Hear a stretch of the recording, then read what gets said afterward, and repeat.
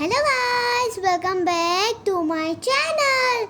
Today I will tell you some interesting facts about hummingbirds. So let's get started. Do you know the name of the tiniest bird in the world? Answer is hummingbird.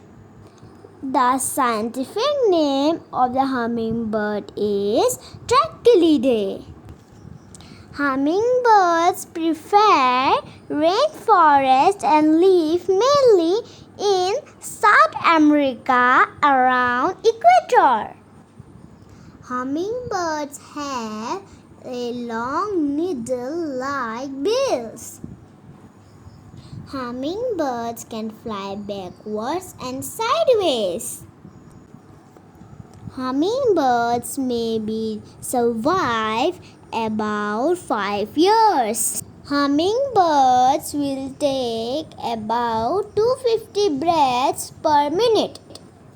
There are more than 330 species of hummingbirds in the world.